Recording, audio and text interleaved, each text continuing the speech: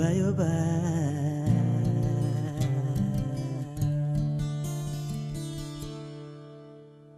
Professeur Mamazama, vous nous avez parlé donc de cet aspect culturel des valeurs africaines, mais je tiens également par ailleurs à signaler que vous êtes prêtresse vaudou. C'est vrai. Une dimension spirituelle. Tout à fait. Quelle est la place de la spiritualité dans l'afrocentricité ? Elle est immense. En fait, la spiritualité même est au cœur même de la quête afrocentrique. Parce que l'afrocentricité, le message de l'afrocentricité est encore une fois très simple. L'afrocentricité nous dit de rentrer chez nous. Pas pour nous fermer, mais pour nous protéger. Et pour reprendre confiance en nous-mêmes. Et pour pouvoir nous doter à nouveau de paradigmes positifs et constructifs. Parce que depuis au moins 500 dernières années, nous faisons souvent de l'autodestruction. C'est-à-dire qu'au lieu de nous promouvoir, de promouvoir nos intérêts, au lieu de nous défendre, de défendre nos intérêts, nous collaborons souvent à notre propre perte. Et donc l'afrocentricité nous dit de rentrer chez nous, pas forcément physiquement, mais rentrer chez nous mentalement, psychologiquement, et d'entrer chez nous culturellement, ça c'est sûr. Or, qu'est-ce qu'il y a au centre même de la culture africaine, si ce n'est justement cette appréciation profonde pour le spirituel, pour la spiritualité, vous voyez ? Et à la base même de la vision du monde africaine, il y a ce rapport très fort avec nos ancêtres. Je viens de terminer une encyclopédie de religion africaine avec mon collègue Molefi Asante. Il y a une chose qui m'est apparue très clairement, c'est que s'il y a un point commun à tous les groupes culturels d'Afrique, c'est très précisément cette place fondamentale, centrale, qui est attribuée aux ancêtres. Nous avons un rapport, des relations vivantes, des relations dynamiques, quasi constantes avec nos ancêtres. Bien qu'ils ne soient plus dans ce monde physique, nous avons toujours accès à eux.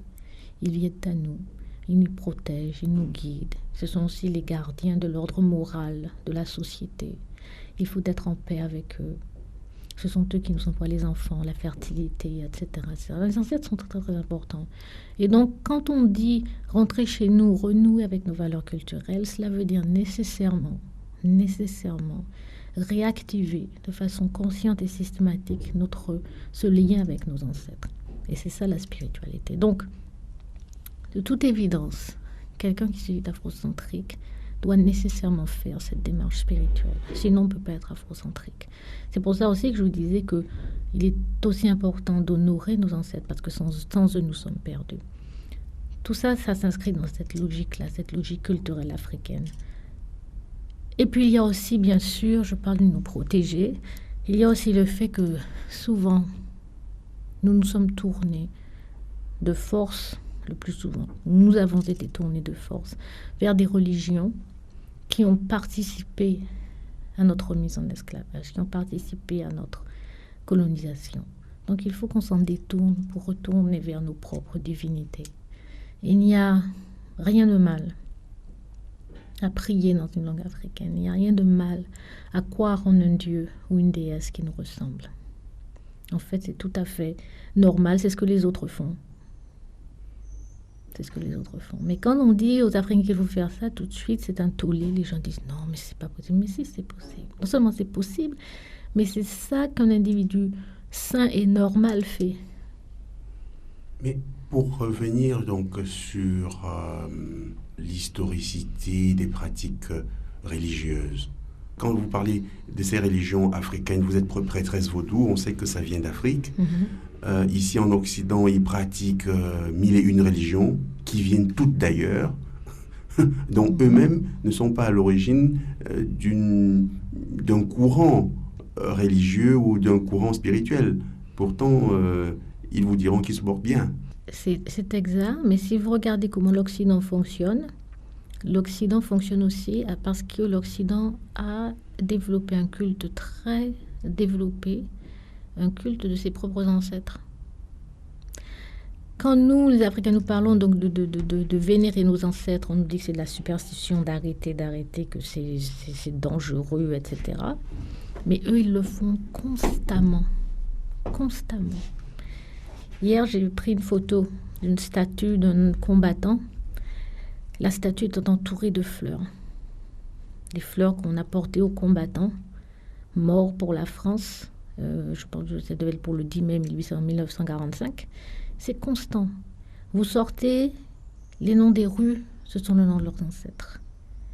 Les noms de leurs universités, de leurs écoles, c'est les noms de leurs ancêtres. Tout. Les Blancs donnent à tout le nom de leurs ancêtres parce qu'ils savent très bien l'importance des ancêtres. Et c'est pour ça qu'ils ont essayé de nous couper, et essaient toujours de nous couper en nous balançant leur religion à eux avec nos ancêtres. Or, il faut que nous revenions à notre ancêtre pour encore une fois que la sève ancestrale puisse nous fortifier et nous guider. C'est de ça qu'il s'agit. Donc, ils ont peut-être des mille et une religions, mais le culte de leurs ancêtres est là. Est toujours là. Très fort. Et ils en sont imbibés, ils ne s'en rendent même pas compte, parce que quand vous leur dites ça, vous dites, mais qu'est-ce que vous racontez, c'est pas vrai. Mais si, c'est vrai. Pourquoi est-ce qu'ils donnent les noms? Ils pourraient donner d'autres noms à leur rue. Aux États-Unis, par exemple. Aux États-Unis, c'est pareil. Moi, à l'université, chaque immeuble a un nom d'ancêtre, un ancêtre blanc. Et à l'intérieur, il y a 2 ou 3 statues. Ah, mais je ne vais même pas parler des statues. Il y a les statues. Ici, à Montpellier, n'est-ce pas, la place de la Comédie, il y a des statues de qui? Vous voyez? C'est pas par hasard. C'est parce qu'ils veulent toujours se rappeler à leurs enfants, leurs ancêtres. Et ça, c'est du religieux. C'est du religieux, oui.